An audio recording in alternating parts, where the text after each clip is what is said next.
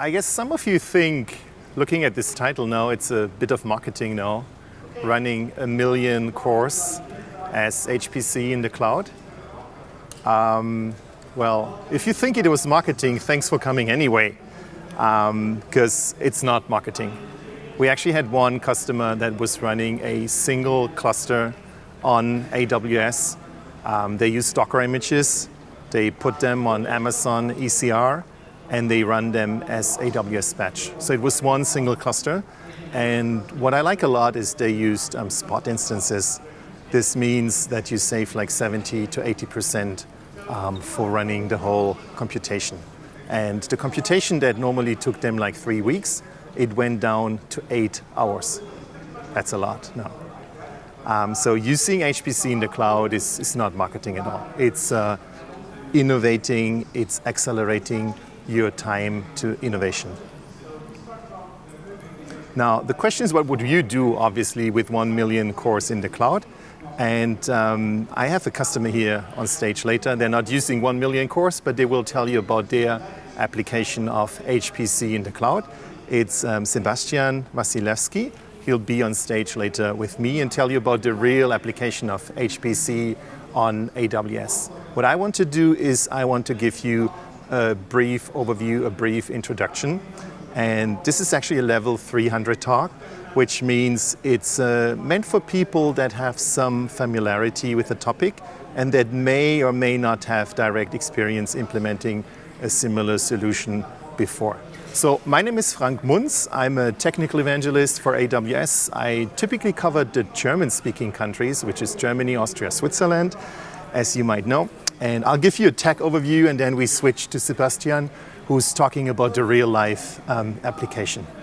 Now, I assume that you've been around in HPC, and this is why you're here. Or that you may be very new to HPC, and this is why you're here. Either way, you probably know this. This is the best way to solve most problems in HPC. And if you've been around in HPC for a while, you get this, because this is like a long-running joke. No, and if you have a computer science background, you know Amdahl's law that says the processing power kind of doubles every 18 months. No, so the best way to get a speed up of 2 for your application is, well, to go surfing for 18 months. And then 18 months later, you come back and you have this speed up of 2. And the question is, why is it not working? No. Why do I see so many PhD students that work for 4 years and then they try to adapt their application to a HPC computer, and at the end what they gain is like 4% or 7%, and that's the result of 4 years working, like adapting your application to a machine that already exists. And so why is it not working? Why is this surfing thing not working? Well, the answer is because you don't get the new hardware if you come back. No, there is no twice. There's no processors available for you that are twice as fast if you buy a classical HPC machine. So if you're in the old world, you buy such a supercomputer for tens of millions of euros, and it will be running like 4 years probably. And to get access to this supercomputer, you need to write an application. And I did this myself when I was younger, and I was rejected, no. And they said, no, we have more important people that are completely keeping this supercomputer busy. And those people, they always keep this supercomputer busy. And you know why? Because they do scientific computing, and all they need to do is reduce the grid, and then again, they have like 4 times more compute requirements. So this machine will always be busy throughout those 4 years. And if you're a junior like I was, you just don't get access. Even if you're happy to pay for it, you wouldn't get access. So it's hard. And then if you get access, you probably have a number of questions that you want to run as batch workloads, and the parameters you want to change them a little bit, you want to play with them, but the machine has a fixed size. So running various questions, you have to run them sequentially on this highly, massively parallel computer, because it has a fixed size and the size is kind of limited. And if you switch to the cloud, all this is very, very different. So you don't worry anymore about these millions of euros that you invest for the supercomputer. even if you don't write this application now for getting compute time, you can just go to AWS and start today. And I'm going to show you some services that make it super easy to set up your own HPC environment.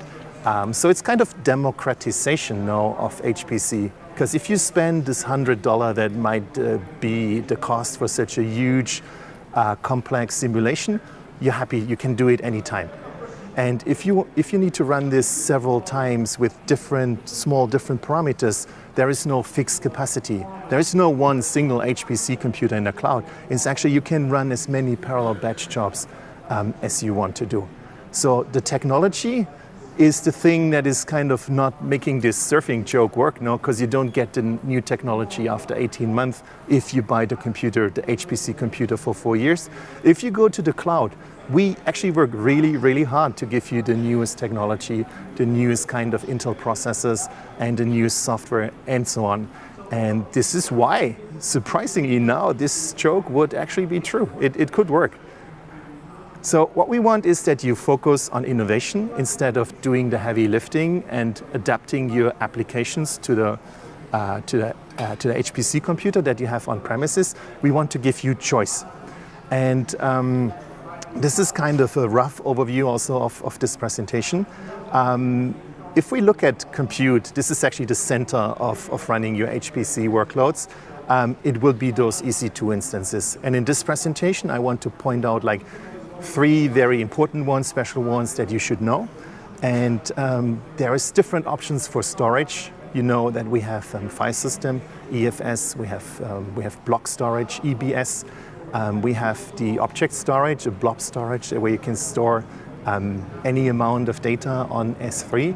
And there is a new file system, HPC class file system now, that is called Lustre. And I want to explain you a little bit about Lustre later on when I talk about storage. Then networking is vital, it's core. It kind of determines if your application is really running in a good way with a good speed up in parallel. So networking is critical. Networking bandwidth are improving if you look at the classical EC2 instances, and I want to go in a little bit more detail. But even more important, we have a HPC class network now. And I want to go into more details later when we come to this. Then it's automation and orchestration. It's AWS Batch and AWS Parallel Cluster that are important to point out. And at the end, you want to virtualize your results. I'm not going into more details here. Now, looking into the platform choice, as of today, we have 190 different instance types and configurations. And here we want to talk about scientific applications, about HPC, but very often these instance types often make sense for people that run business applications. Like in the summit that we had in Berlin, that was end of February, we announced that you can now run the biggest in-memory cluster for SAP applications. The in-memory database is called HANA. And you can have 48 terabytes of in-memory database. So the same instance types, obviously, they work both ways now. And 48 terabyte is a lot. It's RAM. No, it's not disk storage. 48 terabyte of RAM, and that's the biggest commercial in-memory database that you can run, and you can run it on the AWS cloud. And some other instance types I want to pick out and explain you in a little bit more detail. Now, if people are new and these AWS summits, we see them as education. First of all, there's sometimes a bit confused about those instance types because the naming schema is getting more and more complex. So if we have an instance type with the name P3DN24X large, what it means is, first of all, the P is the instance type. Now it's the general purpose GPU instance. It's actually the most powerful instance with GPU that you can have in the cloud. Now the 3 is the version number. That means there was a P1, P2 before. And the DN, they are the D and the N, they're additional capabilities. So just imagine D for disk and N for networking. This is how I remember it. And it actually means that there is a high-speed, low-latency NVMe-based SSD that is physically connected to the server. That's the disk. And then there is 100 gigabit per second networking. That's the N for the networking. And then the 24X large, it means that's the large instance size. It's the 96 vCPUs, 256 gigabyte of RAM, and 8 NVIDIA V100 graphic cards. So looking at those 3 instance types that I already told you I want to emphasize a little bit on, the P3DN, I basically explained with the naming schema. You can guess, since this is the most powerful GPU instance that we have these days, this is ideal for running distributed machine learning workloads. So machine learning workloads on AWS, it's typically SageMaker. This is where you have the Jupyter notebooks, or you could use it to start to spin up the deep learning AMIs that we provide. Again, it's 96 custom vCPUs on a Intel Xeon scalable processor and 1.8 terabyte of disk. And it comes with support for this elastic fabric adapter, and that's what I called HPC class networking that we offer. I'll come back to this later. So this is like a really super powerful instance for machine learning. This is the takeaway. Now, there's another one that is kind of very, very different. It's called Z1D or Z1D, depending on where you learned your English. And as I told you, we have this Amdahl's law that says like every 18 months the processing power is doubling. And for a long time, the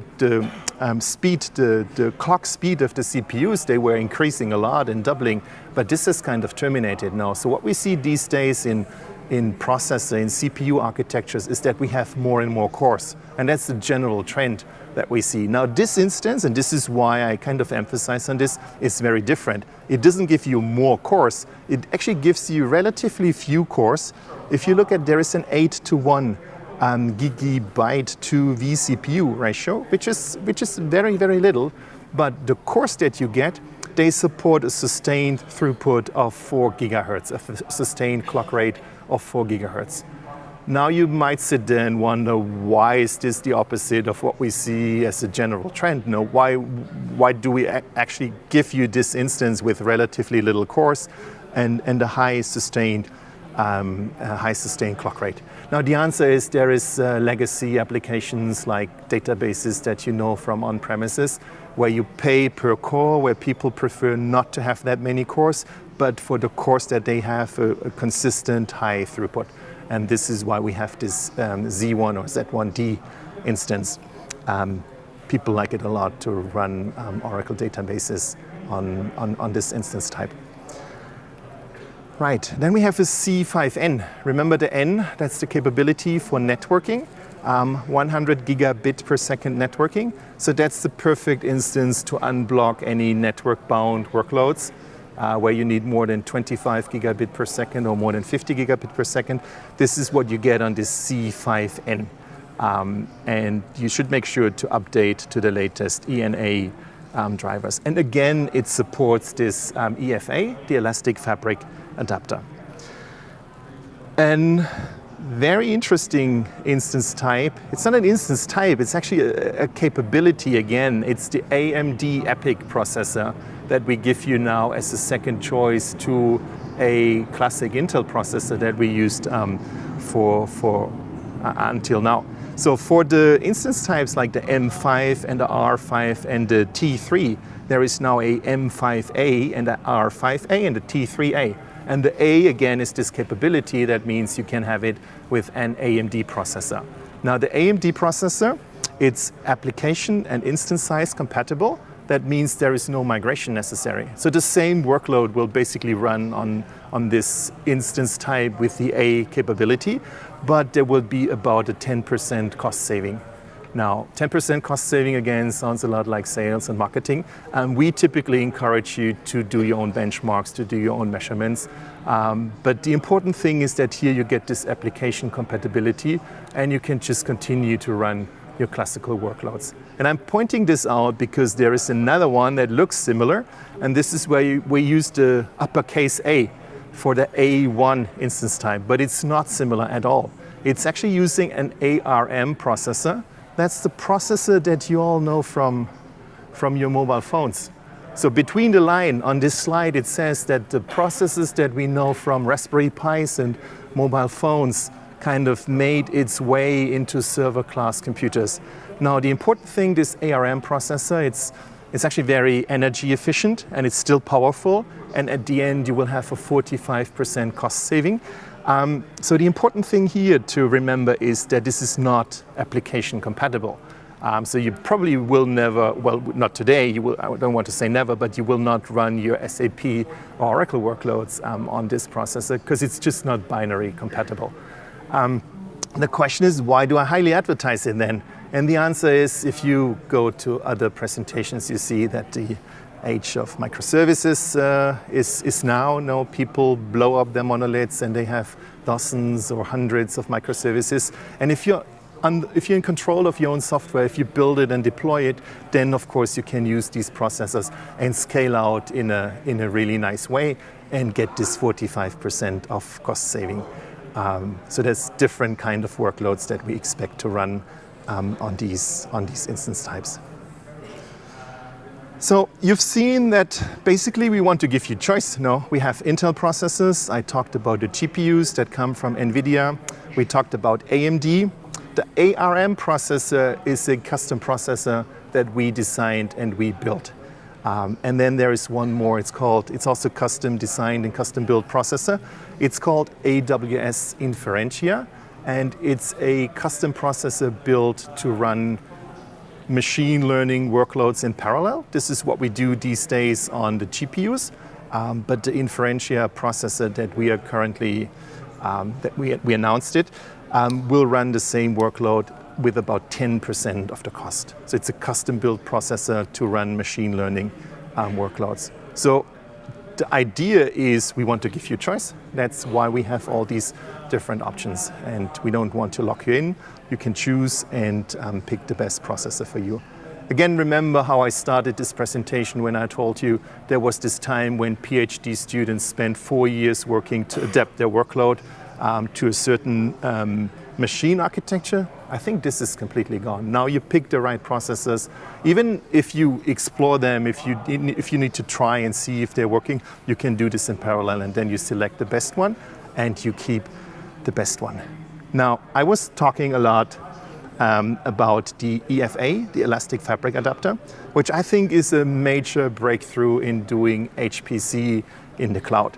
So the Elastic Fabric Adapter, or short EFA, allows you to solve actually the latency problem, and that's super important to understand. In computer science, it's relatively easy to increase the bandwidth now. So you see we've gone from 25 gigabit per second to 50 to 100. But it's kind of very hard to reduce the latency.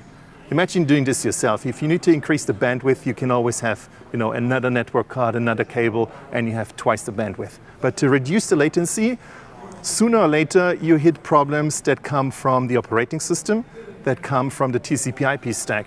Now, people say, well, but if it's the operating system and the TCP/IP stack, what can I do? Can you live without it? Well, not really.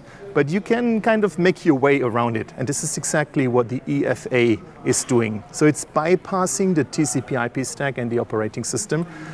And it allows you directly to access this HPC class of interconnect. And now you might say, but then if I have no TCP/IP and no web browser and no Outlook client, what can I use it for? Well, people obviously don't want to use it for the Outlook client. They want to use it for MPI. I guess most of you know MPI. That's the classic way to program HPC computers with message passing. And I think it's been around for more than 20 years now. And it still exists. It's still used a lot. So if you use MPI, you have your applications written to MPI. They use the MPI library. And then the MPI library is using a library which is called libfabric, which is doing the magic, which is bypassing the classical TCP/IP stack. But it doesn't mean that the machine is not accessible via TCP/IP anymore. We still do both. So this is one way to run your MPI applications. And because we have this direct access to EFA, we get very low latencies. And even more important, we get consistent low latencies. That's the other thing that is kind of disturbing a lot if you look at algorithms and scalability. If you have low latencies, but then you get jitter, the latency itself, even if it's low, it goes up and down. So we get consistently low latencies with very little jitter with this EFA. And this is why I think this is a very important breakthrough. So normally you have your application running on top of MPI, which is using the TCP/IP stack, and then the classical network card. And now with this new EFA, there is the MPI implementation that is using libfabric. That means to your application, you basically see no difference. You can run the same application on top of this EFA kernel driver that is accessed by the libfabric, and that is then accessing the EFA device. So I think this is a very important breakthrough that you should remember. Talking about file systems, I already explained you the different options that we have, like S3 and EBS and EFS. And again, there was a major breakthrough. It was announced last year at reInvent. It's available now. It's called Luster. For those who haven't used it, it sounds like a strange name. It's actually a combination of Linux and cluster. This is where the name Luster comes from. It's a POSIX compliant, high performance file system. And it's actually very efficient. It gives you sub-millisecond latencies, and it's possible to do this because it's running in parallel. It's a parallel file system, and it's backed with SSDs. And the more storage you have, the more throughput you get. For every terabyte of storage that you add, you get another 200 megabyte per second of throughput. So the amazing thing is it scales linearly. The more storage you give it, the more throughput you get. So FSX is like a family, like an umbrella that we created for running managed third-party file systems. And there is FSX Luster, and there is also FSX Windows for the Windows people. So it's managed third-party file systems, but the important one here is the Luster.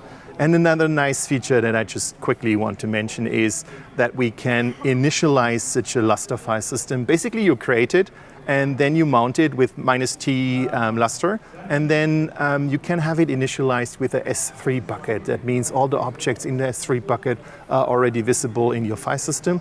Then you do the compute, you do the I/O with the low latency, and then at the end it's written back to S3 if you want. There's blog postings available where you see how to do this. It's actually quite easy. You can create it with the command line. You can create it with the admin console. And the nice thing is it can be initialized from S3. Right, so one more thing that I want to explain, and I want to explain it because I think you might know it already under a different name. It's called AWS Parallel Cluster. That's the new name, and the previous name was CFN Cluster. It used to be an open source project that got more and more popular, and this is why we put some resources, some engineering behind, and somebody believed it should have a new name. This is why it's called AWS Parallel Cluster now. And it is basically a set of Python scripts that you install with a pip, and then you have a command line, and you can use a pcluster and a configuration file that defines criteria of your cluster, like which scheduler do you want to use, SGE or Torque or Slurm. And then you start, you create, you start, you shut down, or you update your cluster. So this is a very nice, convenient way where you basically, I did it the first time, I needed like 20 minutes to set up a cluster. And a lot of this was reading, so if you do it again, you can probably script it and do it in a few minutes, where you have this command line and then get easy access to a HPC cluster that has a scheduler pre-installed that you can just use, and you define what instance types you want to use. So this was the technical overview, like picking out the cherries and telling you about all the new things that happened last year. And now I want to hand over to Sebastian. Sebastian is really doing HPC in the cloud. So he's a user, he's a customer of ours, and he's going to explain you how they use HPC in the cloud for genomics. So welcome, Sebastian. Thank you.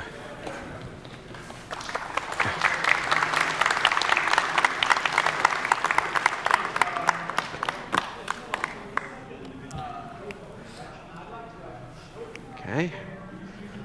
Hello everyone, my name is Sebastian Wasilewski. I'm a technical project manager working within the Center for Genomics Research of AstraZeneca. And I would like to show you how we use the AWS technology stack in order to build and operate something which is probably one of the most efficient and fastest genomics pipelines in the pharmaceutical industry.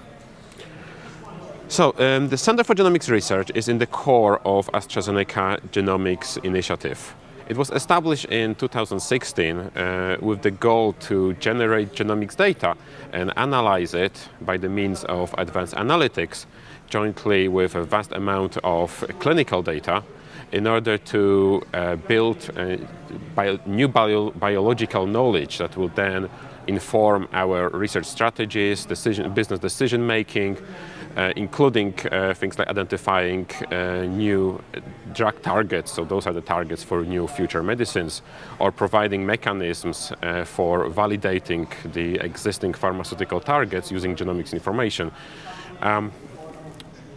The goal of the Center for Genomics Research is to, the way we are approaching this, is to analyze data from up to 2 million individuals. Half a million of that group will be coming from our internal clinical studies. It's an unprecedented scale for genomics research. No one in the industry has done genomics research of this scale before. So why are we doing? So the first key thing here is that having that data will allow us to understand more about the disease, underlying biology of the disease. And there's a lot that we don't know. It will lead to new pharmaceutical, new drug targets. And those are the targets, those are the underlying basis, scientific basis for the future medicines. It will also allow us to improve the diagnostic methods. And the diagnostic methods then can be used, for example, for supporting of how we select participants to clinical trials, or in the future to match therapies to patients in the way that are more likely to benefit them. So we started in 2016, and we immediately encountered a number of challenges. So when you think about that scale of the data, of course the first challenge is the volume and the compute itself. But then we also, at that stage, we didn't know how we are going to receive this data, what the schedule is going to be, how big the batches will be. So we needed a solution that can scale up and down depending of the needs. We also knew at that stage that whatever we know in 2016 about how we want to analyze the genomes, what are the best practices, gold standards in analyzing genomics information, might not be exactly the same as it will be in 2019 as it is now, or in 5 years' time. So we need a solution that we can first control, and secondly that it can evolve, it can be adapt to the needs, and it can evolve along with how our knowledge about this data and how new analytics and data processing methods evolve. On top of that, we're looking for a platform that will allow us to process this vast amount of data in a way that is efficient. In a way, we're talking about storing it, we're talking about analyzing it and then reusing it, being able to find it in a number of years. So that was one of the key requirements here, that we knew that that it's not one-off exercise. We knew that we'll be accumulating this data, and we will need to be able to deal with it in an efficient manner. So we made a decision to build on top of the AWS platform, and we actually did it. So we built the pipeline. There are few. So our pipeline is here. You can see it at the top. There are few key parts. I'm not going to go through all the steps here. I want to highlight a few things. So as you can see here, the first part at the top is split into three things: the primary, the secondary, and the tertiary. Now, I'm going to stop here and talk a bit more about what this pipeline really does and why this is done this way. So, when you think about sequencing, I mean, the journey starts with the sequencer. So the sequencer is a device that takes a biological sample and converts this into a series of reads. Now, what those reads are, you can imagine you have a genome and you have a short, so genome is a long thing. And imagine you have a short window that at one moment, your sequencer can only read that window. And imagine you sampled your genome with that short window and you go up and down. It's pretty much a random process. So you randomly take the window and sample your genome. What you get from that is something we call unaligned reads. So we know that we covered the genome, we just don't know exactly how it is aligned, and we know that this is highly redundant data set. So then the next step here that we need to do is all around the secondary analysis. So the secondary analysis is about taking the unaligned reads and actually reconstructing the genome itself.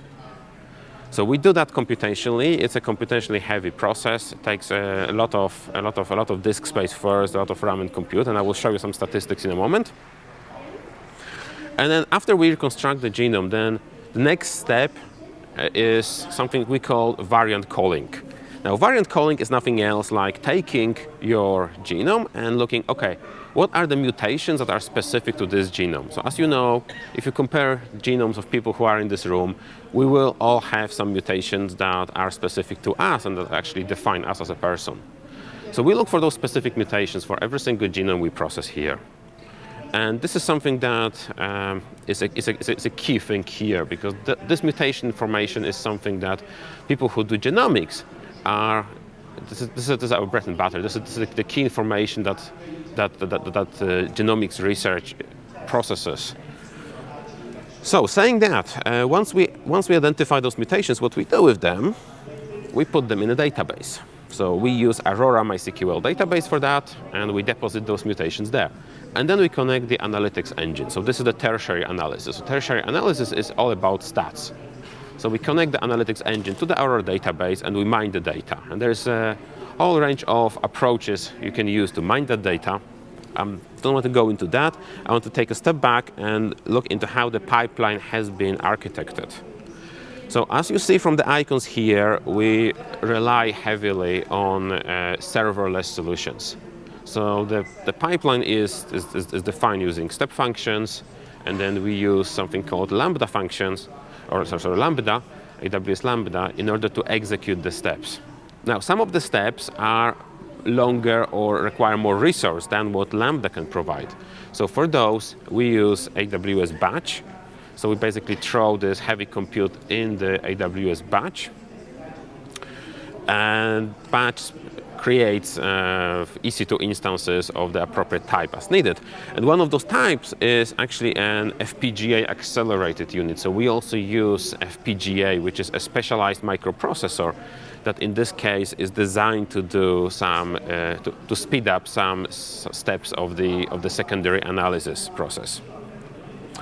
And the interesting thing around this one, around this approach, is that just before this talk, I went to our tech lead and asked, actually, do we have a single EC2 that runs constantly to support this? And his answer was no. There's no EC2 that we keep up and running all the time, because it's all auto-scaling. It's all on demand. And that's actually great, because the way we get the data, we get it in batches. So there might be nothing coming for most of the month, and then there is a batch with data that hits us. And this is something that actually we have happened end of last year. So in December, we got the first, let's call it, production batch of data. So we went live and operational in December, and we got the first 100,000 exomes. Now, exome is a coding region of genome, so it's basically an extract from the genome, it's a subset. So we got this 100,000 exomes, and we observed that it took 100 hours to process. So this is actually incredible. When you think about a few years back, people would think that, oh, this is not possible. So at this stage, I think we have here one of the most efficient, if not the most efficient, pipeline in the pharmaceutical sector. So I've been telling you that this 100,000 exomes and this genomics data in general is large. And some of you might deal with large data, and I'm pretty sure that there are some fields that produce more data than what we have. But from the genomics perspective, I can show you what is that we consider large. So in order to do 100,000 exomes, this required almost 1 million batch jobs.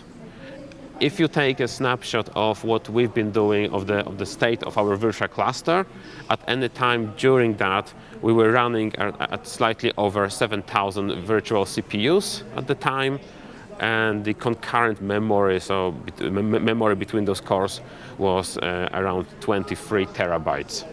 We processed 0.5 petabyte of data. So this 100,000 exomes accounted to 0.5 petabyte of data, and the result of that, those mutations that I told you, those result was 4 billion entries into the Aurora DB.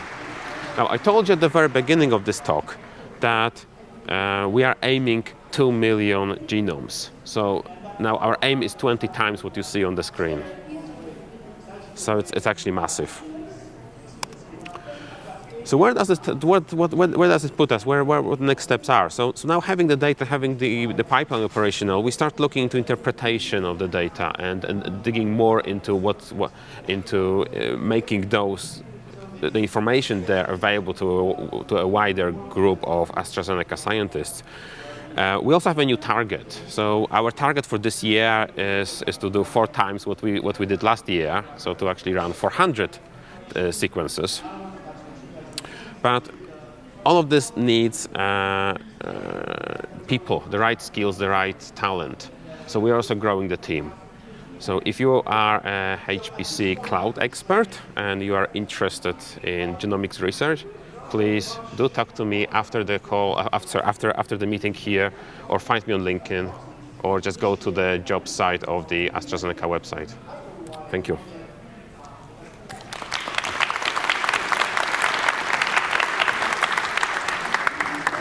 Thank you, Sebastian. I think that was a really impressive talk, not only about HPC, but about processing very personal data, actually the most personal data that you can have, your source code, your genome. So with this, I want to close. I think the conclusion is that HPC in the cloud on AWS is like a whole new area. It gives you all the configuration options, all the flexibility, all the scalability that you ever wanted, that I never had when I was working in classic HPC on premises. And you now have it at your fingertips. So go and use it, go build something amazing. I have some references for you on the slides. There's actually pretty good recordings from reInvent.